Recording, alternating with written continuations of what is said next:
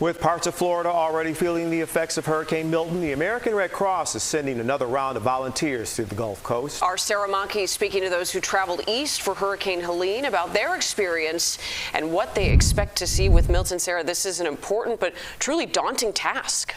Yeah, that's absolutely right. In fact, local Red Cross organizers told me that they already have 32,000 people in their shelters in the Gulf Coast. So obviously they'll need all the help they can get. But with a ground stop at airports there, they simply can't put any people on planes right now. And all of this is coming just 2 weeks after some Chicagoans traveled to the Gulf to help with Helene.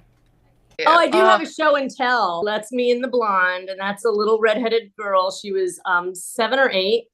And it says Citrus Springs Community, which is our shelter, and she made that for me. It was like, oh, like so sweet. We caught up with Mount Prospect resident Patty Eakin back at her home after 2 weeks of helping people at a Red Cross shelter north of Tampa. She says the damage from Hurricane Helene was more than she could have imagined, and she worked overnights to keep people as comfortable as possible. But she says her biggest job was to sit and listen to people talk about their rescues by boat and about the loss of their homes and possessions.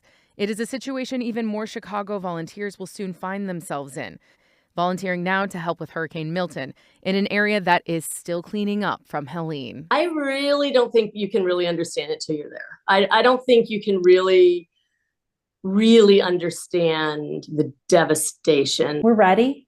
We prepared people prior to Helene. We had people prepared and ready prior to Milton, and if we need to, we'll do it again.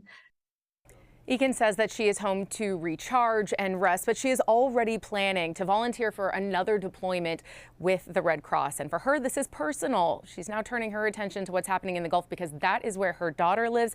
She is a hospital nurse in St. Petersburg. Live from the control room, Sara Machi, CBS News, Chicago. Sara, thank you. We will continue to watch the situation in Florida closely, so keep it here on CBS News Chicago for continuing coverage throughout the night.